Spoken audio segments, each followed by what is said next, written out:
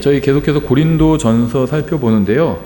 저희가 최근에 이제 주제별로 좀 살펴봤는데요. 이제 그 진도를 좀 나가겠습니다. 저희가 보니까 13장과 14장은 이제 한 절씩 쭉 살펴보는 걸 다 했어요. 그래서 15장도 저희가 부활과 좀 주제별로 살펴봤는데요. 이제 쭉 일단 15장 전체를 쭉 이렇게 나가고 이제 그 다음에 16장으로 또 나가고 이런 식으로 진도를 좀 나가겠습니다. 오늘은 고린도전서 15장 1절부터 11절까지 주로 복음에 대한 말씀인데요. 여기에 대해서 좀 살펴보도록 하겠습니다. 먼저 잠깐 기도하겠습니다. 하나님 아버지, 주님의 말씀과 그 말씀을 듣는 저희 마음에 복을 더해 주시기 원합니다. 구원받은 사람이든지 혹은 구원받지 못한 사람이든지 이 설교를 듣는 모든 사람에게 더욱 큰 은혜를 내려주시기 원합니다. 예수님의 이름으로 기도드렸습니다. 아멘. 죄송합니다. 제가 지금 녹화를 눌렀는지 잘 모르겠네요.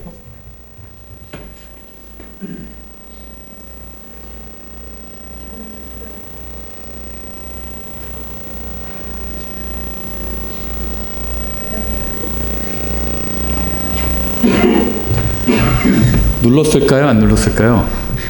눌렀네요. 제가 사실 퇴근할 때 문을 잠고 갔는데 잠갔나? 생각이 들어서 주차장에서 다시 올라온 적이 몇 번 됩니다. 15장 1절부터 보시면 이렇게 되어 있어요. 또한 형제들아, 내가 너에게 선포한 복음을 너에게 밝히 알리노니 너희 역시 그 복음을 받았으며, 복음을 받았다고 얘기하고 있죠. 또 그 가운데 서 있느니라. 너희가 만일 내가 너희에게 선포한 것을 기억하고 헛되이 믿지 아니하였으면 또한 그 복음으로 구원을 받았느니라. 내가 또한 받은 것을 무엇보다 먼저 너희에게 전하였노니 그것은 곧 성경 기록대로. 여기서 근데 받은 것을 전한다고 그러는데 그 받은 게 뭐냐면 복음이었네요. 그것은 곧 성경 기록대로 그리스도께서 우리의 죄들로 인하여 죽으시고 묻히셨다가 성경 기록대로 셋째 날에 다시 살아나시고 게바에게 보이시고, 베드로 이름이죠. 게바에게 보이시고 다음에 12 제자에게 보이셨다는 것이라. 그 뒤에 그분께서 500여 형제에게 한 번에 보이셨는데 그 중에 대다수는 지금 이때까지 남아있고 어떤 사람들은 잠들었느니라.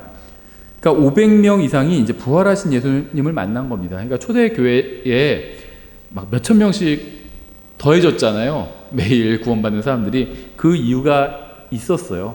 예수님의 부활을 목격한 사람이 한두 명이 아니라 500명 이상 되었습니다. 500여 형제에게 한 번에 보이셨는데 그 중에 대다수는 지금 이때까지 남아있고 어떤 사람들은 잠들었느니라. 그 뒤에 그분께서 야고보에게 보이시고 다음에 모든 사도에게 보이셨으며 맨 마지막에는 정한 때를 벗어나서 태어난 자 같은 내게도 보이셨나니 나는 사도들 중에서 가장 작은 자니라. 내가 하나님의 교회를 핍박하였으므로 사도라 불리기에 합당치 못하되 하나님의 은혜로 내가 지금의 내가 되었으니 내게 베푸신 그분의 은혜가 헛되지 아니하여. 왜 하나님의 은혜가 헛되지 않았을까요? 바울에게 베푸신 은혜가 헛되지 않다는 건 무슨 말이죠? 헛될 수도 있다는 거죠. 근데 헛되지 않았습니다. 왜 그럴까요? 앞에서 바울이 헛되이 믿지 아니하였으면 너희가 구원받은 것이다 이렇게 얘기했잖아요. 헛되이 믿지 않으면 하나님의 은혜가 헛되지 않습니다. 그 얘기고요. 우리가 뒤에서 좀 살펴보겠습니다. 이것도 내가 그들 모두보다 더 많이 수고하였으나 내가 아니요 오직 나와 함께 하신 하나님의 은혜로다.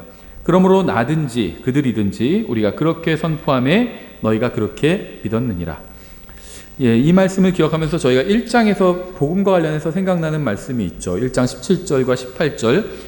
그리스도께서 침례를 주라고 나를 보내지 아니하시고 복음을 선포하라고 보내셨거니와. 제가 어떤 개인을 이렇게 비난하는 건 아니고요. 이제 훌륭하신 분이겠죠. 그 목사님도. 어떤 목사님이 자꾸 침례 복음이다 이런 얘기를 하시는 분이 있어요. 근데 침례는 복음이 아닙니다. 그렇죠. 침례는 복음을 믿고 구원받은 사람이 순종의 의미로 하나님 앞에서 침례를 받는 거지, 침례는 복음은 아니에요. 침례 복음? 그런 건 없습니다. 독립침례교에서도 그런 얘기를 하고 다니시는 분이 있었어요, 과거에. 침례 복음, 그래서 우린 침례 복음을 전해야 됩니다 이러는데 침례 복음이란 건 성경에 없어요. 여기서 그렇게 나와 있죠. 침례를 주라고 나를 보내지 아니하시고 복음을 선포하라고 보내셨거니와. 침례와 복음은 다른 겁니다. 이 일을 말의 지혜로 하지 아니함은 그리스도의 십자가가 무효가 되지 않게 하려 함이라. 십자가가 무효가 되지 않게 하려 한대요. 무효가 될 수도 있다는 거죠. 누구한테 무효가 될까요? 믿지 않는 사람에게 무효가 됩니다. 예수님께서 십자가 위에서 죄를 갚아주셨잖아요. 그래서 제가 전에도 말씀드렸죠. 실제 그런 질문을 받은 적이 여러 번 있어요. 예수님께서 십자가 위에서 다 내 죄를 갚아주셨다면 내가 안 믿어도 내 죄값 다 갚아진 거 아니냐? 그럼 내가 예수님 안 믿어도 죽어서 하늘나라에 가는 거 아니냐? 당신들 말대로라면 이렇게 따지더라고요. 그런데 바로 이 말씀이죠. 믿지 않는 사람에겐 이것이 무효가 됩니다.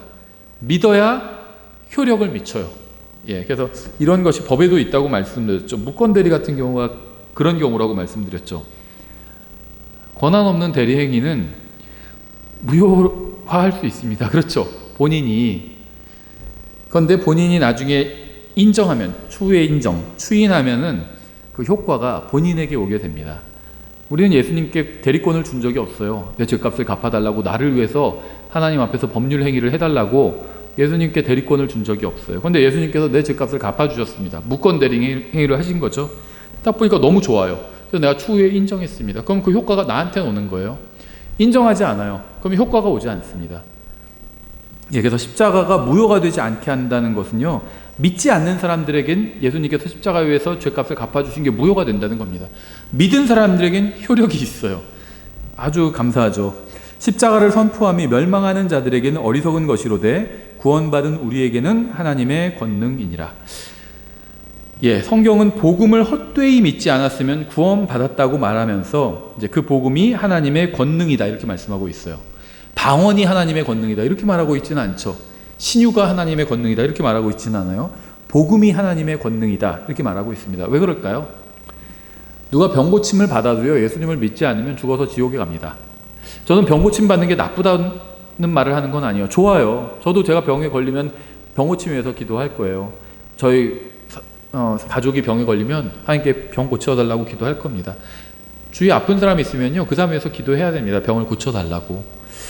병 고침 받는 건 좋은 겁니다. 저는 그게 지금 나쁜 거라는 얘기를 하는 게 아니에요. 병 고침 받는 건 좋은 겁니다. 하지만 병이 나아도 예수님을 믿지 않으면 죽어서 지옥에 간다는 겁니다. 그런데 복음은 믿으면 영원한 운명이 바뀌어요.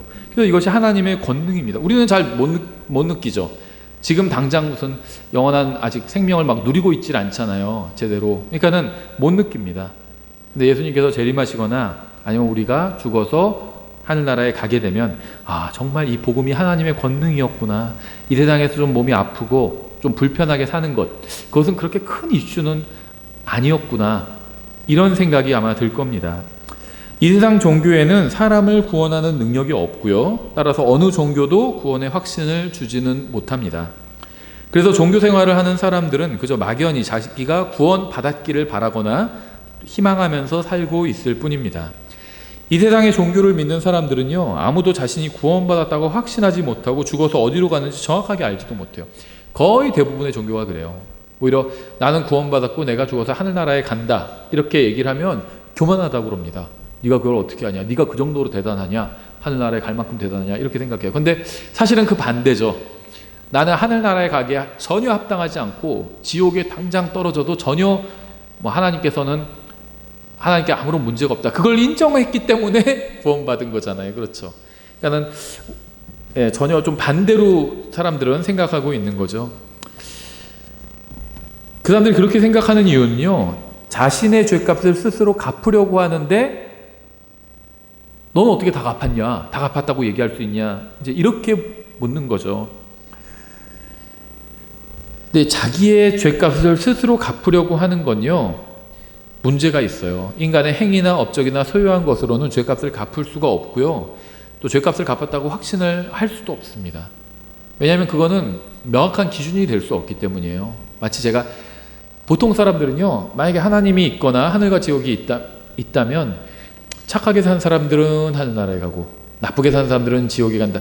그게 그럴 거다 이렇게 막연히 생각을 하잖아요. 잘 믿지도 않지만 만약에 그런 것이 있다면 그럴 것이다 이렇게 생각을 하는데, 그건 절대 법이 될 수 없다고 말씀을 드렸죠. 명확하지가 않아요. 착한 거 사람마다 다 다르잖아요. 그렇죠. 그리고 대충 어떤 뭐 착한 게 뭐다 이렇게 생각하는 게 뭐 겹칠 수도 있겠지만 얼마나 착해야 구원받고 이건 알 수가 없어요. 그렇죠? 마치 공무원 시험 요즘 많이 보잖아요. 공무원을 뽑는데 시험을 잘 본 사람들은 공무원이 됩니다. 이렇게 얘기하면 맞는 말 같기는 한데 얼만큼 잘 봐야지 물어보면 대답을 안 해요. 그냥 잘 보면 됩니다. 이러면 그건 기준이 될 수 없잖아요. 그렇죠? 비리가 생길 수가 있죠. 그건 법이 될 수가 없어요. 명확해야 됩니다. 90점 이상만 합격할 수 있습니다. 뭐 이런 식으로 명확해야 돼요. 그러면 너무 높아요. 불만이 나올 수는 있지만 어쨌든 명확합니다. 기준은 명확해요. 그럼 90점을 넘으면 내가 아니면 90점 이상이라고 했으니 90점까지는 내가 될 수 있는 거구나. 명확하잖아요. 그래서 복음은요. 사람의 마음에 들지 않을 수는 있습니다. 하지만 법이 될 수는 있어요. 왜냐하면 명확하거든요. 복음을 믿은 사람은 구원이고 믿지 않는 사람들은 구원받지 못하는 겁니다. 명확해요. 법은 다 명확해야 됩니다. 시속 50km까지만 여기선 달려야 되고 넘어가면 안 돼. 그건 법이 될 수 있어요. 명확합니다. 도로교통법들이 다 그런 식이잖아요. 여기까지는 가도 되고 화살표가 이렇게 돼 있으면 가도 되고 X로 돼 있으면 거긴 가면 안 되고 명확해요. 법들은. 근데 그게 제 마음에 다 드는 건 아니죠. 저는 그런 거 무시하고 다니고 싶어요. 마음 같아서는. 근데 무시하고 다닐 수가 없어요. 그럼 다 찍혀가지고 나중에 요즘 금융치료라고 그러잖아요. 가장 확실하다고 그러죠. 딱 몇만 원 벌금 내고 나면 정말 다시는 하지 말아야지. 내가 왜 그랬을까? 그거 조금 일찍 가자고 그냥 얼마나 아까워요. 그러면 맛있는 거 많이 사 먹을 수 있는데 생각하면서. 그래서 법이 내 마음에 들지는 않아요. 그래도 지켜야 됩니다. 복음도 마찬가지예요. 내가 인생의 주인이 아니고 온 세상의 주인이 아니기 때문에 하늘나라에 가거나 지옥에 가는 거 내가 결정할 수가 없어요. 뭐 그것만 결정 못 하나요? 이 세상에서 무슨 뭐 많은 거 결정 못한 자기 몸도 자기가 결정 못 하는데 그러지 않나요? 전 그럴 때가 많이 있거든요. 내 몸도 내 마음대로 안 되잖아요. 그런데 무슨 하늘나라 지옥을 내가 내 마음대로 어떻게 결정해요? 그건 하나님께서 하시는 거죠. 하나님께서 명확하게 예수님을 믿으면 구원, 믿지 않으면 구원받지 않는다. 그런데 믿는다는 건요, 용서를 구한다는 게 포함되어 있어요. 용서를 구한다. 용서 구하면 용서해 주시겠다는 거예요. 그것처럼 관대한 게 어디 있어요? 자꾸 어떤 사람들은 예수님 안 믿는다고 해서 다 지옥에 보냅니까? 그건 너무합니다 그러는데요. 용서를 구하면 다 용서해 준다고 그러는데 그것보다 더 관대한 게 어디 있어요 이 세상에. 하나님은 너무 관대해서 문제라고 하면 안 되죠. 너무 관대하신 분이죠. 용서를 구하면 다 용서해 주시겠다는데 거기다 대고 계속 불공평합니다. 그건 말이 안 되죠. 불공평합니다 하지 말고 자기가 믿으면 되잖아요. 그러면 묻지도 따지지도 않고 과거를 구원해 주시겠다고 그러는데, 하나님의 말씀을 통해서 구원받은 사람은요, 자신이 구원받았다는 사실을 알기만 할 뿐 아니라 확신하고 있습니다. 확신할 수 있어요. 그래서 이제 구원 받는 게 물론 하나님 말씀을 통해서 하나님 말씀에 기록된 복음을 믿고 구원받는 건데, 이제 어떤 경우에는 말로 듣고 복음을 듣고 구원받을 수도 있죠. 전도지를 읽고 구원받을 수도 있어요. 그렇죠. 그런데 자기가 뭐 어떻게 구원받던 간에 누구한테 복음을 설명을 듣고 구원받았던, 전도지를 읽고 구원받았던 상관없이 하나님의 말씀으로 확증하는 게 가장 좋습니다. 이건 변하지 않아요. 하나님의 말씀은. 그래서 예수님을 믿으면 구원받는다. 뭐 그런 말씀 많이 있죠. 대표적인 게 요한복음 1장 12절이죠. 그러면 내가 다른 부분을 읽다가 구원받을 수 있고, 누구에게 복음을 어떤 구절 없이 설명을 쭉 듣고 구원받을 수도 있어요. 근데 확신을 가질 땐 그 말씀을 딱 믿고 붙들고, 내가 처음에 그 말씀으로 구원받은 게 아니래도 상관없어요. 그건 전혀 상관없습니다. 예를 드는 거예요. 요한복음 1장 12절 같은 구절을 붙들면 돼요. 거기서 예를 들면 믿으면 구원받는다고 분명히 말씀하고 있잖아요. 그분을 받아들인 자들, 곧 그분의 이름을 믿는 자들에겐 다 하나님의 아들이 되는 권능을 그분께서 주셨으니. 그럼 내가 그분의 아들의 이름을 믿었어요. 그분을 믿었어요. 그럼 내가 아들이 되는 권능을 받은 겁니다. 이 말씀에 확신을 두고 있으면 되는 거예요. 그럼 이건 흔들리지 않아요. 감정은 흔들려요. 그래서 막 추억이 보정된다고 그러잖아요. 자기는 막 누구랑 사귀었던 게 참 아름다운 추억이다 하는데 상대방은요, 끔찍한 기억으로 남을 수도 있어요. 보정될 수 있는데 하나님의 말씀에 확신을 두면 그건 변하지 않습니다. 그래서 하나님의 다른 계기로 예수님을 믿게 될 수 있어요. 그렇다 할지라도 하나님의 말씀에 확신을 두는 게 이제 구원을 확신하는 가장 좋은 방법입니다. 하나님의 말씀은 진리예요. 성경이 말씀하는 대로 예수님의 십자가 대속을 통해서 구원받은 사람은 자신의 혼이 구원받았다는 사실을 알고 있을 뿐 아니라 확신하고 평안한 마음으로 이 세상 순례길을 걷고 있는 겁니다. 인간의 선행이나 업적이나 능력을 통해서는 결코 이런 확신을 얻을 수가 없어요. 그래서 제가 그 상담할 때 뭐 여러 번 얘기를 하는 얘기인데요. 이미 이제 과거에 어떤 잘못한 일, 잘못된 결정으로 해서 괴로워하는 형제들을 여러 번 봤어요. 근데 저도 굉장히 그런 형제들 보면 공감이 많이 돼요. 왜냐하면 저도 어떤 과거에 있었던 어떤 일로 인해서 굉장히 괴로워한 적이 있었거든요. 몇 년간 괴로워한 적도 있었어요. 그런데 그냥 그거는 흘려보내는 수밖에 없습니다. 왜냐하면요, 성경은 구원받은 사람들을 나그네오 순례자라고 말씀하고 있거든요. 여행객이에요, 여행객. 구원받지 못한 사람은 방랑자라고 말씀하고 있죠. 자기가 어디서 와서 어디로 가는지 몰라요. 방랑자, 막 방랑하는 겁니다. 근데 구원받은 사람은 순례객이에요. 순례자, 나그네고 순례자입니다. 자기가 어디서 와서 어디로 가는지 알아요. 순례자는 여행객이기 때문에. 그래서 저는 이렇게 얘기해요. 나쁜 일이 일어났다. 근데 아직 좀 젊다. 그러면은 예를 들면 한 달 미국 여행을 계획하고 갔는데 10일째 되는 날 지갑을 잊어버렸어요. 그럼 어때요? 충격이 좀 크죠? 그렇죠. 돈도 현금도 거기 잔뜩 뽑아서 갖고 오고 막 수표도 끊어서 갖고 왔는데 그거 다 잊어버리면 충격이 크죠. 그러면 그냥 대충 마무리하고 돌아갈 수도 있고요.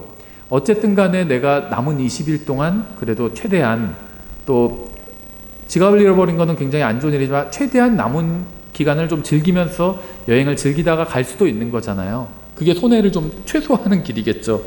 인생도 마찬가지라고 생각해요. 이 세상을 여행하는 거고요. 이 세상은 우리의 영원한 집이 아니에요. 하나님 말씀이 사실이라면. 어떤 일을 내가 잘못했고 좀 시간 낭비를 했고 뭔가를 망쳤다면 그냥 그건 그대로 두고, 물론 해결할 수 있는 최대한도로 해결을 해야겠지만 내가 그냥 가슴 아픈 거, 이미 다 지난 일이고 그런 거는 그냥 빨리 흘려보내야 된다는 거죠. 그 남은 인생을 잘 살아야 된다는 거죠. 그래서 아직 젊다면 도화지가 있는데 제가 그런 얘기도 자주 하거든요. 아직 나이가 뭐 30대야. 그러면은 도화지가 있는데 한 40% 망쳐놓은 거예요. 근데 아직 60%는 하얀 도화지가 남아있어. 그럼 거기에라도 아름답게 그리면 되는 거죠. 자꾸 망친 것 같고 막 어떻게 하려고 하지 말고. 그래서 하나님의 말씀을 붙들고 평안한 마음으로 이 세상을, 순례의 길을 걷는 게 현명한 일이겠죠. 인간의 선행이나 업적이나 능력을 통해서는 절대 이런 확신을 얻을 수가 없습니다. 바뀌어요, 자꾸. 내가 했던 일이 뿌듯했다가도 나중에 막 후회가 되기도 하고, 기억이 자꾸 보정돼요, 변하고. 하나님의 말씀에 확신을 두는 것. 내가 말씀을 통해서가 아니라 다른 사람의 설명을 통해 듣고 구원받았어도 상관없어요. 말씀을 붙들면 되는 겁니다, 나중에. 성경은 헛되이 믿는 사람도 있다고 말씀하고 있어요. 그러니까 헛되이 믿지 아니하면 이렇게 당부를 하는 거겠죠. 다 믿는다고 해서 진짜 믿는 건 줄 알았는데 보니까 헛되이 믿고 있는 거예요. 헛되이 믿는다는 건, 이 헛되다는 것은 비어있다는 겁니다. 비어있다는 거예요. 그래서 우리가 그런 얘기를 하죠. 어떤 사람이 쓸데없는 말하면 야, 헛소리 하지 마, 그런 얘기도 하죠. 아무 의미 없는 말이에요. 그렇죠. 중요한 얘기를 하는데 헛소리 하지 마 그러진 않죠. 정말 의미 없는 말, 아무것도 아닌 말, 헛소리라고 하죠. 비어있는 소리라는 겁니다. 마찬가지예요. 헛된 믿음은 비어있는 믿음이에요. 땅콩을 깠는데 아무것도 없어요. 그게 헛된 땅콩인 거죠. 그거는 헛된 믿음. 따라서 헛되이 믿는다는 것은 사실 믿지 않는 것을 의미합니다. 땅콩을 깠는데 안에 땅콩 그게 없으면 그거는 땅콩이 아닌 거죠, 사실. 그래도 겉에는 껍데기는 땅콩이니까 땅콩이야, 뭐 그렇게 생각할 수도 있지만 사실은 땅콩이 아니에요. 안에 그 땅콩 알맹이가 없으면. 믿음도 그럴 수 있다는 겁니다. 헛되이 믿는 게 뭐냐면, 그 헛되이 믿는 게 아니라 그럼 제대로 믿는 건 뭐냐? 마음으로 믿는 거예요. 그래서 성경에선 침례를 받으려고 물어보는 사람한테 빌립이 네가 마음을 다해 믿으면 합당하니라 이렇게 얘기하죠. 마음을 다해 믿는 게 믿는 거예요. 근데 헛되이 믿는 사람들이 많기 때문에 그냥 설명을 더 해주는 겁니다. 값없는 공짜 뭐 이런 거나 마찬가지죠. 역전압 그런 것처럼. 공짜가 값없는 거지. 근데 자꾸 공짜라고 그래도 그래도 이거 혹시 나중에 돈 달라고 하는 거 아니에요? 이럴 수 있으니까. 실제 그런 일이 있죠. 지금도 페이스북 같은 거 보면요, 74년 4월생한테는 공짜입니다 이런 게 떠요. 74년 4월생에겐 사진이 공짜래요. 근데 그건 저만 뜨겠죠. 왜냐면 제가 74년 4월생이거든요. 다른 사람한테는 다르게 뜰 거예요 아마. 그래서 공짜라고 하는데 공짜가 아니에요. 가서 보면 사진 찍어주는 것만 공짜고 나머지는 뭐 하는 건 다 돈 들어갑니다 이렇게 얘기를 해요. 어쨌든 간에 헛되이 믿지 않고 마음을 다해 믿으면 구원받는다고 말씀하고 있죠. 9절에 나는 사도들 중에서 가장 작은 자니라. 내가 하나님의 교회를 핍박하였으므로 사도라 불리기에 합당치 못하되. 이렇게 이제 고백을 하고 있습니다. 사도 바울은 구원받기 전에 유대교의 원칙에 아주 충실하게 살았습니다. 그렇죠. 그래서 예수님을 믿는 게 이 유대교를 배반하는 거라고 생각했어요. 그래서 예수님을 믿는 사람들을 이제 핍박하러 다닌 거죠. 유대교는 하나님께서 인간에게 허락하신 유일한 종교입니다. 하나님께서 인정하신 종교예요. 종교 시스템이 있어요. 제사장도 있죠. 그렇죠. 명절, 절기들이 있죠.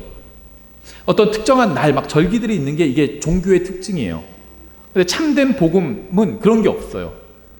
오히려 갈라디아에서 너희가 날과 달과 해와 절기를 지키니 하면서 막 책망하고 있잖아요. 우리는 그런 특별한 날을 지키는 게 없습니다.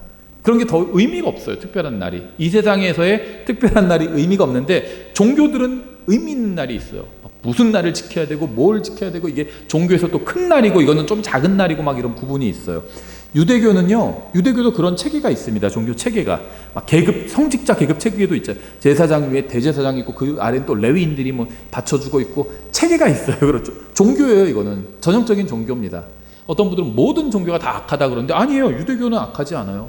하나님께서 인정해 주신 종교잖아요. 사도 바울은 그런 유대교를 정말 열심히 믿고 믿은 대로 행했지만 문제는 그것을 통해서는 구원을 받을 수 없었다는 겁니다. 하나님께서 인정하신 유대교도 사람을 구원할 수 없었어요. 저는 유대교가 하나님께서 인정하신 거라고 말씀드렸죠. 근데 종교는요, 그것이 하나님께서 인정하신 것이든 인정하지 않은 것이든 사람을 구원할 수가 없습니다. 하나님께서 유대교를 주신 건요, 그걸 통해서 혼의 구원을 얻으라고 주신 게 아니에요. 이스라엘 이 유대교를 통해서 하나님이 얼마나 위대하신 분인지 세상에 알리기 위해서 주신 겁니다. 혼의 구원은 유대교와 상관이 없어요. 노아가 유대교 믿었었나요? 아니죠. 물론 그 전이었죠. 노아는. 욥의 경우는 어떤가요? 유대교 믿지 않았죠. 그럼 그 사람들은 다 유대교가 출현하기 전이었죠. 그럼 니느웨 사람들은 어땠나요? 요나의 설교로 회개한 니느웨 사람들은 유대교 믿었나요? 그 사람들이 유대교 믿었다는 말이 있나요? 아니죠. 그럼 그 사람들은 어떻게 해서 구원받은 거죠? 회개해서 구원받은 거예요. 해달라. 이거 유대교를 믿고 안 믿고 상관없이 용서해 주신 겁니다. 하나님 앞에서 자기가 죄인이란 걸 인정했죠. 거기 막 굵은 베옷을 입고 다 막 통곡했잖아요. 죄인이란 걸 인정했어요. 그리고 용서해달라고 하니까 하나님께서 그냥 용서해 주신 겁니다. 구원은 그런 식으로 이루어져요. 항상. 종교 상관없어요. 구원은. 유대교는 좋은 종교였습니다. 하나님께서 인정하시는 유일한 종교였는데 그런 종교도 구원과는 관련이 없었다는 겁니다. 그러니까 막 구원받기 위해서 율법을 지키고 뭐 유월절을 뭘 지키고 막 지금도요 유월절 지키는 교회 있어요. 종교는 구원과 관련이 없어요. 바른 종교를 할지라도 구원과는 관련 없습니다. 구원은 항상 하나님 앞에서 내가 죄인이라는 사실을 인정하고 용서를 구하면 구원받을 수 있어요. 니느웨 사람들이 대표적이잖아요. 그 사람들은 유대교로 개종하지 않았어요. 그러나 살아계신 하나님 앞에 돌아왔습니다. 그래서 구원받은 거예요. 하나님께서 인정하신 유대교도 사람을 구원할 수 없다면 그 어떤 종교도 사람을 구원할 수는 없습니다. 좋은 종교도 있고 나쁜 종교도 있어요. 저는요, 불교는 사실 좋은 종교라고 생각해요. 유교, 불교 이런 거는. 유교나 불교에서 어디 사람과 테러하라고 가르치지 않잖아요. 그렇죠. 불교 생명을 소중히 여기라고 가르칩니다. 유교는 어떻죠? 예의가 있다고 가르치죠. 윗사람과 아랫사람과 이렇게 조화롭게 사는 걸 가르쳐요. 근데 좋은 종교인데 구원받을 수는 없어요. 불교나 유교를 통해서. 그래서 저는 그걸 믿지 않는 겁니다. 그게 나쁜 종교라서 안 믿는 게 아니라 좋은 종교지만 구원은 못 받아요. 죽음 이후의 문제는 다루고 있지 않잖아요. 나쁜 종교도 있어요. 어디 가가지고 무슨 막 전쟁 벌이고 테러하라고 가르치는 종교, 그런 종교는 나쁜 종교입니다. 근데 다른 생명을 소중히 여기고 어떤 어른을 공경하고 이렇게 가르치는 종교는 나쁜 종교가 아니죠. 좋은 종교죠. 하지만 구원은 없죠. 유대교는 마찬가지예요. 좋은 종교였지만 하나님께서 인정하신 종교였지만 사람을 구원할 수는 없었습니다. 따라서 종교 행위를 통해서 구원받으려는 것은 어리석은 짓에 불과합니다. 10절 하나님의 은혜로 내가 지금의 뇌가 되었으니. 바울은 교회를 핍박하던 입장에서 자신이 핍박하던 그 교회의 일원이 되었습니다. 그리고 구원받아 그리스도의 몸인 교회의 일원이 된 것은 자신의 능력이나 선행이나 업적이 아니라 하나님의 은혜로 된 것이라는 점을 분명히 밝히고 있죠. 10절에 계속 내게 베푸신 그분의 은혜가 헛되지 아니하여. 하나님께서는 모든 사람에게 구원받을 수 있는 은혜를 베풀어 주셨죠. 그래서 제가 은혜는 기회다 이렇게 말씀을 드렸죠. 모든 사람한테 구원받을 수 있는 기회를 주신 겁니다. 누구든지 원하면 구원받을 수 있습니다. 누구든지 예수님을 헛되이 믿지 않고 마음으로 믿으면 구원을 받습니다. 그러니까 이 하나님께서 나에게 주신 기회, 이 은혜가 헛되지 않기 위해서는 하나님의 말씀을 믿어야 돼요. 그래야지 이 기회가 헛되이, 우리는요 지금 인생이라는 엄청난 기회를 받은 거예요. 인생 이 자체가 하나님을 섬길 수 있는 엄청난 기회를 받은 겁니다. 그렇죠. 근데 이 기회를 헛되이 보내면 안 돼요. 우리에게 어려움이 주어졌다면 그 어려움도 기회입니다. 어려움이 없으면요 이 진가가 안 드러나요. 그렇죠. 모르겠어요. 그런 예는 굉장히 많겠지만, 예를 들면 운동 경기에서, 유도에서 상대방이 다 약한 선수만 만나요. 그래서 금메달을 땄다면 그것도 값진 거겠지만, 그거보다 막 강한 상대방을 만나서 그렇죠. 32강, 16강, 8강 막 하나하나 한 단계 막 결승전인 것처럼 손에 땀을 쥐게 하고 그렇게 해서 금메달을 땄다면 그게 더 가치가 있겠죠. 사람들한테 더 많은 박수를 받고 사람들이 더 인정해 주겠죠. 와, 저 사람은 첫 판부터 무슨 세계 챔피언을 만나고, 그럼 더 인정을 받겠죠. 하나님께서 우리에게 허락해 주신 고난이 그겁니다. 우리를 미워해서 고난을 허락해 주신 게 아니에요. 우리를 미워하셨다면요 바로 죽여서 지옥에 보내셨을 거예요. 그렇지 않나요? 미워하셔서 고난을 주신 것이 아니라 기회를 주신 거예요. 입증해 보라고. 도와주겠다. 이 어려움을 없애주진 않는데 도와달라 그러면 도와주겠다는 겁니다. 그러면 한마디로 하나님 앞에서, 표현이 이상할지 몰라도 한 건 할 수 있는 기회가 생긴 거예요. 나에게 어려움이 있다는 건 얼마나 감사해요. 내가 이걸 이겨낼 수 있다는 거, 도와주시겠다는 거예요. 그래서 하나님께서 원하시는 건요, 우리 앞에 어려움이 있을 때 하나님이 어려움을 없애주세요가 아니라 하나님 도와주세요. 자, 믿음으로 이걸 극복해낼 수 있게 도와주십시오. 믿음으로 이길 수 있게. 그걸 하나님께서 원하시는 거예요. 믿음으로 이겨내기를 원하시는 거예요. 여기서 사도 바울에게 주신 하나님의 은혜가 헛되지 않았던 이유는 바울이 헛되이 믿지 않았기 때문이에요. 말씀을 그대로 믿었습니다. 마음을 다해서 그대로 믿었어요. 누구든지 원하면 구원받을 수 있습니다. 누구든지 예수님을 헛되이 믿지 않고 마음으로 믿으면 구원을 받습니다. 사도 바울은 헛되이 믿지 않았기 때문에 주님의 은혜가 헛되지 않았습니다. 여기 보면 우리는 얼마나 많은 시간을 헛되이 보내고 있을까요? 믿음으로 살지 않았기 때문에 우리에게 주어진 기회와 시간들을 헛되이 보내고 있는 거예요. 만일 바울이 주님의 은혜를 거부하고 예수님을 믿지 않았다면 그에게 주신 은혜는 결과적으로 아무 효과도 보지 못하고 헛된 은혜가 되었을 겁니다. 그래서 사람들에게 구원받을 수 있는 기회를 계속 주시는데 계속 거부해요. 그럼 결과적으로 그 은혜들이 다 헛되이 써버린 게 되는 거겠죠. 헛되이 써버리면 누가 손해인 줄 아세요? 우리가 손해해요. 하나님은 손해나는 게 없어요. 자꾸 착각하는데 사람들이 하나님이 뭔가 손해난다고 생각해요. 내가 하나님을 믿지 않으면 하나님 괴로울걸? 내가 믿어줄까 말까? 또 믿는 사람들은 막 부탁해요. 제발 믿어줘 막 하면서. 저는 그럴 필요가 없다고 생각해요. 왜 우리가 믿어달라고 부탁을 해요? 그 사람을 위해서 복음을 전하지 나조차고 복음 전하는 게 아니잖아요. 내가 지옥에 가면 아마 하나님 괴로울걸? 하나님 선하신 하나님이니까 괴로울걸? 안 괴로워요. 하나님은 의로우신 하나님이기 때문에 죄인이 지옥에 가는 걸 보고 전혀 괴로워하지 않습니다. 범인이 잡혔다고 해서 막 괴로워하지 않죠. 우리가 저 사람 범인이긴 하지만 잡혀서 감옥에 가면 얼마나 답답할까, 이렇게 생각하는 사람 없어요. 잘 잡혔다, 그동안 어디 숨어 있다가 그냥 지금이라도 잡힌 거 아주 잘 잡혔다, 이렇게 생각합니다. 어떤 누가 잡혔다, 죄를 지은 사람이 잡혔다는 기사가 나면. 10절, 오직 나와 함께 하신 하나님의 은혜로다. 바울은 이제 하나님의 은혜와 함께하는 사람이 되었습니다. 엄청나죠? 그는 과거에는 성경적 기독교를 반대하고 핍박하던 사람이었지만 이제는 성경적 기독교를 선포하고 전하고 가르치는 사람이 되었습니다. 바울은 과거에는 어떻게 하면 그리스도인들이 복음을 전하지 못하게 할까를 고심하던 사람이었지만 이제는 반대로 어떻게 하면 더 많은 사람들에게 효과적으로 복음을 전할 수 있을까를 생각하는 사람이 되었습니다. 저는 누가 구원받았는지 아니면 누가 구원받지 않았는지 100% 분별해낼 수는 없어요. 왜냐하면 마음으로 믿어서 구원받는 건데 제가 마음을 알 수가 없잖아요. 저는 다른 사람의 구원을 함부로 판단하고 싶지도 않습니다. 자꾸 그런 거 궁금해하는 분들이 있어요. 그러니까 그 상담하는 분 중에 이제 자기가 구원받았냐 안 받았냐 이런 거 묻는 분인데 그거는 양반이에요. 다른 사람을 물어봐요. 그 사람 구원받았을까요? 그걸 어떻게 알아요?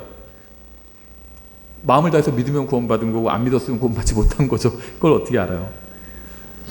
그런데 구원받았다고 하면서도 아무런 변화가 없다면 그건 정말 대단히 이상한 일임은 분명합니다. 만일 구원받은 이후에도 아무런 변화가 없다면, 삶의 변화가 없다면 혹시 헛되이 믿은 것은 아닌지 스스로를 돌아봐야 합니다. 고린도서 13장 9절에 있죠. 너희가 믿음 안에 있는지 너희 자신을 살펴보. 다른 사람 살펴보라는 말이 없어요. 다른 사람에게는요, 친절을 베풀고 걸려 넘어질 것을 내가 두지 않았나 조심하고 그렇게 말씀하고 있어요. 다른 사람을 살펴보라는 말씀 없어요. 다른 사람의 구원을 살펴보라는 말씀 없어요. 너희 자신을 살펴보고 너희 자신을 입증하라. 예수 그리스도께서 너희 안에 계시는 줄을 너희가 스스로 알지 못하느냐? 그렇지 않으면 너희는 버림받은 자니. 구원에 관한 얘기인데요, 자기 자신의 구원을 확증하라고 하고 있습니다. 예, 다시 그 고린도전서 15장으로 돌아서 1절부터 3절에 또한 형제들아 내가 너희에게 선포한 복음을 너희에게 밝히 알리노니 너 역시 그 복음을 받았으며 또 그 가운데 서 있느니라. 너희가 만일 내가 너희에게 선포한 것을 기억하고 헛되이 믿지 아니하였으면 또한 그 복음으로 구원을 받았느니라. 내가 또한 받은 것을 무엇보다 먼저 너희에게 전하였노니. 고린도 교회 성도들은 복음을 받았습니다. 복음을 받았다는 것은 무슨 뜻일까요? 복음을 믿었다는 거예요. 그렇죠? 따라서 복음을 믿지 않는 것은 복음을 받지 않은 겁니다. 받아지지 않은 게 아니에요. 받지 않은 겁니다. 자기가 뭐 받아지지 않았다 이렇게 느낄 수도 있어요. 근데 자기가 받지 않은 겁니다. 예를 들면 뭐가 잘 안 되지는 것 같아. 안 되지는 것 같아. 근데 자기가 잘 못한 거죠. 내가 못해지는 것 같아. 뭐 이렇게 얘기할 수는 있겠죠. 자기가 잘 못하는 겁니다. 그냥 나는 축구를 잘 못해지는 것 같아. 그렇게 얘기할 수는 있겠죠. 자기 마음이죠. 근데 축구를 못해지는 게 아니라 그냥 못하는 거예요. 자기가 자꾸 다른 핑계 대면 안 된다는 거죠. 바울은 복음을 믿었습니다. 복음을 받았어요. 복음을 믿었죠. 그는 자신이 받은 복음을 다른 사람에게 전해줬습니다. 그렇죠. 요한복음 1장 12절이죠. 그분을 받아들인 자들 곧 그분의 이름을 믿는 자들에겐 다 하나님의 아들이 되는 권능을 그분께서 주셨으니. 여러분 중에 아직 구원받지 못한 분이 있다면 반드시 복음을 받아야 합니다. 거부하지 말고. 구원받지 못한 이유는요, 복음을 받지 않아서예요. 주셨는데 받지 않아서입니다. 하나님께서 값없이 주시는 구원의 선물을 거절하거나 거부하지 말고 받아야 합니다. 저도 과거에는 복음을 거부했어요. 사실 거부했다기보다는 복음의 필요성을 거의 느끼지 못했습니다. 하지만 하나님의 말씀을 통해서 저도 복음이 필요한 정말 비참한 죄인이라는 사실을 알게 되었고요. 결국 복음을 받아들였습니다. 예수님은 누구도 구원할 수 있는 유일한 유능한 구원자시지만 사람이 동의하지 않으면 결코 억지로 구원해 주시지는 않는다는 겁니다. 119가 그냥 갑자기 혼자 가만히 있는데 내가 몸이 좀 아픈 것 같은데 가만히 있는데 문 따고 들어오진 않죠. 신고해야 돼요. 도와주세요. 이걸 해야지. 그래야지. 뭐 주소만 안 말해도 뭐 위치 추적해서 오겠죠. 그러면 예수님도 마찬가지예요. 도와주세요 하면 예수님께서 와서 도와주십니다. 가만히 있는데 문 따고 들어오시는 분은 아니에요. 놓고 하시는 분이죠. 혹시 여기 신고한 집 맞나요? 하고 놓고 하세요. 문 열어줘야 들어가시는 거예요. 안 열어주면 안 들어가십니다. 예수님은 신사예요. 나는 젠틀하다고 말씀해요. 영어로 부드럽다고 우리말로 그렇게 번역됐죠. 3절 내가 또한 받은 것을 무엇보다 먼저 너희에게 전하였느니 그것은 곧 성경 기록대로 그리스도께서 우리의 죄들로 인해 죽으시고 묻히셨다가 성경 기록대로 셋째 날에 다시 살아나시고 게바에게 보이시고 다음에 12제자에게 보이셨다는 것이라. 그 뒤에 그분께서 500여 형제에게 한 번에 보이셨는데 그 중에 대다수는 지금 이때까지 남아있고 어떤 사람들은 잠들었느니라. 이 15장 3절부터 6절이요. 이게 아마 영어로는 한 문장으로 되어 있을 거예요. 4절의 말씀들이 한 문장으로 4개의 구절, 3, 4, 5, 6 4개의 구절이 한 문장으로 이루어진 이유는 이 4개의 절이 말씀하시는 것이 하나로 연결되기 때문입니다. 예수님께서 십자가에서 죽으시고 묻히시고 다시 일어나신 것은 모두 성경에 이미 기록된 것이고요. 주님께서는 성경에 미리 기록된 이러한 일이 일어났을 때 그것을 실제로 목격한 많은 사람들을 증인으로 남겨두셨습니다. 주님께서 500명이 넘는 사람들이 예수님의 부활과 승천을 목격하게 하셨고 주님의 죽음과 부활이라는 복음이 사실임을 또 입증하게 하셨죠. 성경은 두세 증인의 입으로 확증하라고 말씀하고 있어요.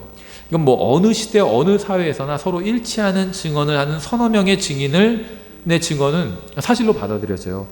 10명이 똑같은 걸 얘기하고 있다. 구체적으로. 그럼 그거 사실로 받아들입니다. 대부분은. 근데 주님은 500명이나 되는 부활의 증인을 남겨두셔서 누구든지 원하는 사람은 믿고 구원받을 수 있게 하신 겁니다. 우리는 복음을 전하기 어려운 시대에 살고 있어요. 사람들은 그 어느 때보다 많은 양의 정보를 습득하고 있습니다.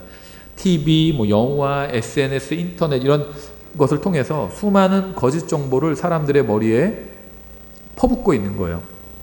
우리는 다수가 인정하고 공감하는 것을 거부하면 완전히 사회 부적응자가 될 수 있다고 은근히 협박받는, 압박을 받는 그런 시대에 살고 있습니다.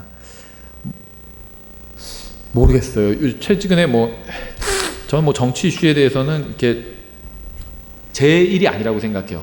제가 유권자 중에 한 사람으로서 투표를 할 수는 있지만은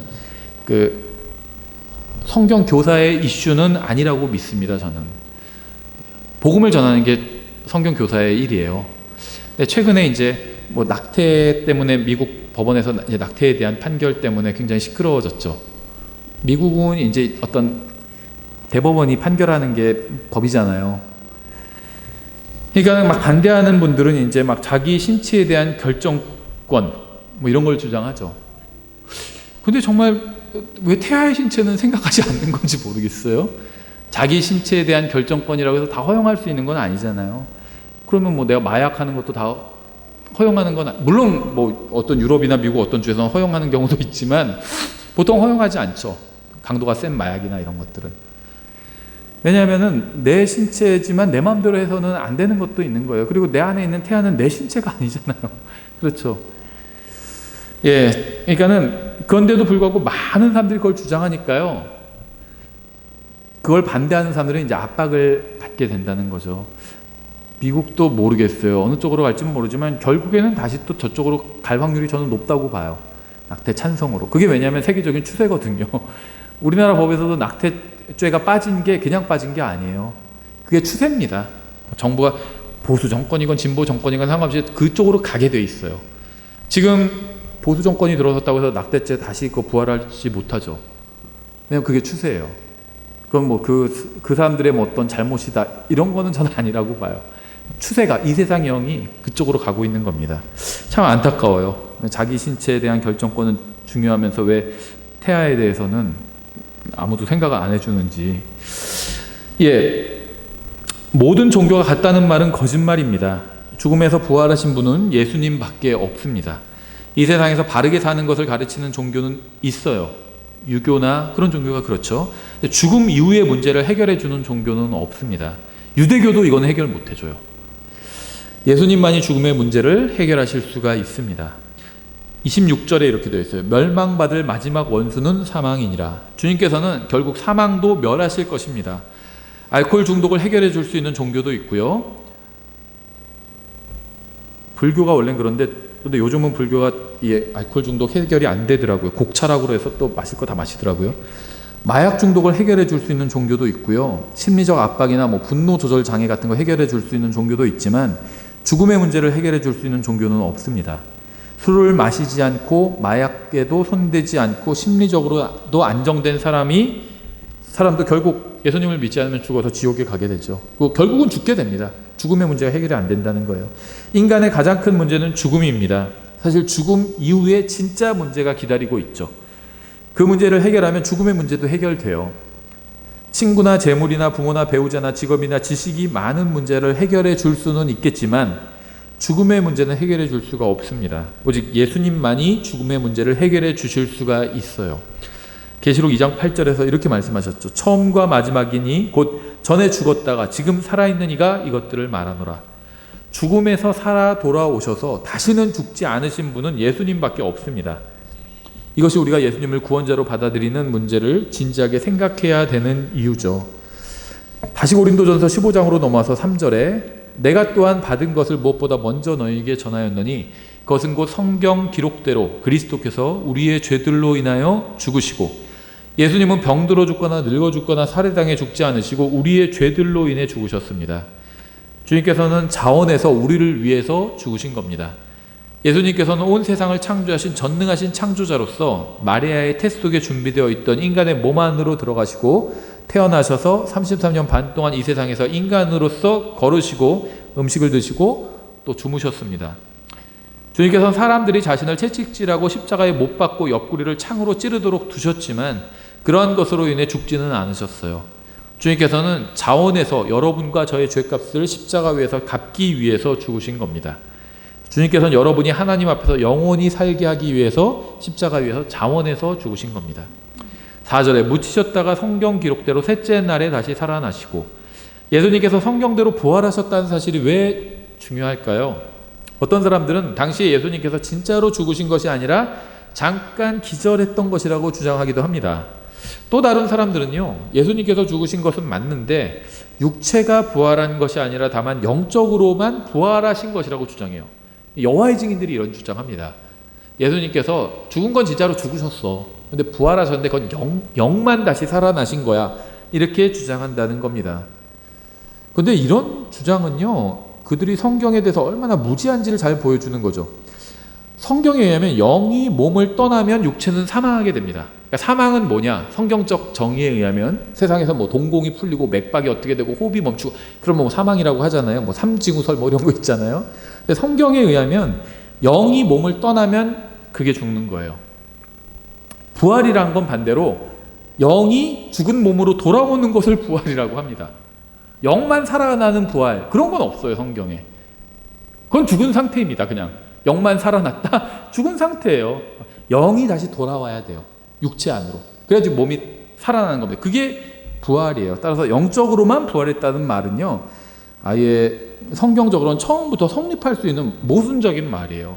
거짓말인 진실 뭐 이런 것, 진짜 거짓말 뭐 이런 거나 모순되는 말이에요. 그런 건 없습니다, 성경에. 예수님께서는 요나를 통해서 성경에 미리 기록된 것처럼 육체로 부활하셨습니다. 육체를 입고 태어나신 것처럼 육체를 입고 부활하신 겁니다. 이렇게 몸을 떠난 영이 다시 몸으로 돌아오는 것을 성경은 이제 부활이라고 말씀하고 있죠. 그래서 구원받은 사람들은 생명의 부활로 나오고 구원받지 못한 사람들은 정죄의 부활로 나오게 됩니다.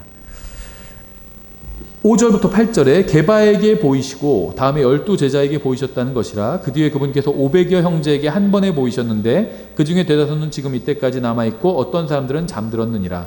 그 뒤에 그분께서 야고보에게 보이시고 다음에 모든 사도에게 보이셨으며 맨 마지막에는 정한 때를 벗어나서 태어난 자 같은 내게도 보이셨나니. 죽고 싶어하는 사람은 없죠. 모든 사람은 다 살고 싶어 합니다. 구원받은 사람은 자신이 죽으면 하늘나라에 간다는 사실을 잘 알고 있어요. 예수님께서는 부활하신 후에 많은 사람들에게 나타나셨습니다. 예수님의 부활은 사실이었기 때문에 많은 사람들이 구원받아서 그리스도의 몸된 교회 안으로 들어왔습니다.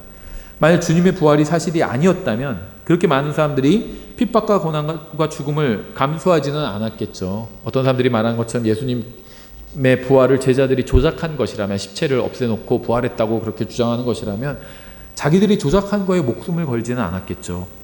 바울은 예수님을 받아들이기 전에 구원받지 못했을 때 믿는 사람들을 죽이고 하나님을 모독하는 매우 종교적인 사람이었습니다. 그는 믿는 사람뿐 아니라 믿는 사람을 죽이면서 그 가정도 파괴해버린 거죠. 믿는 아버지를 죽여서 아버지를 죽이면 가정이 파괴되는 거잖아요. 하지만 그가 주님을 더 이상 거부하지 않고 받아들이자 모든 것이 변했습니다. 주님께서는 그에게 하나님의 아들이 되는 권능을 주셨고 은혜의 복음을 전하는 사명을 주셨죠. 지금 이 강의, 설교를 듣고 있는 분들에게 제가 간절하게 드리고 싶은 말씀이 있어요. 여러분이 얼마나 죄에 깊이 빠졌건 상관없이, 또 여러분이 얼마나 지옥과 가까운 삶을 살고 있건 상관없이 하나님의 말씀인 성경에 의하면 여러분의 근본적인 문제를 해결할 수 있는 해결책이 있습니다. 예수님께서 십자가 위에서 여러분의 가장 본질적인 문제를 해결해 주셨습니다. 이제는 누구든지 원하면 구원받고 영원한 운명을 바꿀 수 있어요. 예수님께서 십자가에 달리지 않으셨다면 누구도 구원받지 못했을 겁니다. 하지만 예수님의 십자가 대속으로 인해서 이제는 구원이 선택의 문제가 되었습니다. 누구든지 그분을 자신의 구원자로 받아들이는 사람은 구원받을 수 있어요. 구원받는 데는 어떤 조건이나 제한이 없습니다. 누구든지 예수님을 유일한 구원자로 받아들이기만 하면 됩니다. 그분을 받아들인 자들, 곧 그분의 이름을 믿는 자들에겐 다 하나님의 아들이 되는 권능을 그분께서 주셨다. 이렇게 말씀하고 있는 거죠. 모든 사람은 치명적인 전염병에 걸려 있습니다. 하지만 감사하게도 우리에게는 치료제가 있어요. 이 치료제가 여러분을 고칠 확률은 100%입니다. 여러분이 어떤 사람인지는 중요하지 않아요. 중요한 것은 여러분이 어떤 선택을 하느냐입니다. 여러분이 예수님을 선택하느냐는 영혼을 좌우하는 문제예요. 어떤 사람이 저에게 이런 질문을 한 적이 있어요. 평생 죄를 짓고 산 사람도 구원받을 수 있을까요? 이 질문에 대한 저의 답은 이렇습니다. 모든 사람은 평생 죄를 짓고 삽니다. 하나님께서는 모든 사람이 구원받기를 원하셔서 모든 사람이 구원받을 수 있게 해주셨습니다. 누구든지 예수님을 구원자로 받아들이기만 하면 구원받을 수 있습니다. 누구든지 원하면 구원받을 수 있어요. 모든 죄를 완벽히 버린 후에 하나님 앞에 나아가지 말고 그냥 있는 모습 그대로 나오면 됩니다. 병원에 가는 거나 마찬가지예요. 병원에 갈 때 어떻게 해요? 다 고치고 가지 않잖아요. 아픈 거 그대로 갖고 가는 거죠. 여러분이 예수님을 구원자로 받아들여서 구원받기만 한다면 하나님께서는 여러분이 하나님의 그러니까 아들답게 사는 것을 도와주실 겁니다.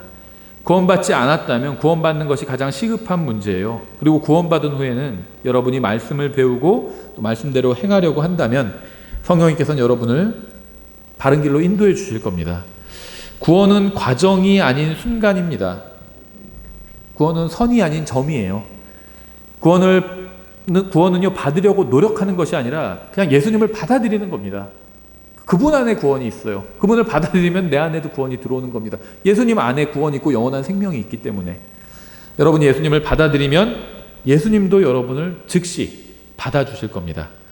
기도하겠습니다. 하나님 아버지, 죄인이 너무나도 쉽게 구원받을 수 있게 해주셔서 감사합니다. 이 설교를 들은 사람 중에 복음이 무엇인지는 알지만 한 번도 예수님을 구원자로 받아들인 적이 없는 사람이 있다면 주님께서 한 번 더 기회를 주셔서 믿음의 결단을 내리고 예수님을 선택해서 구원받을 수 있게 도와주시기 원합니다. 예수님의 이름으로 기도드렸습니다.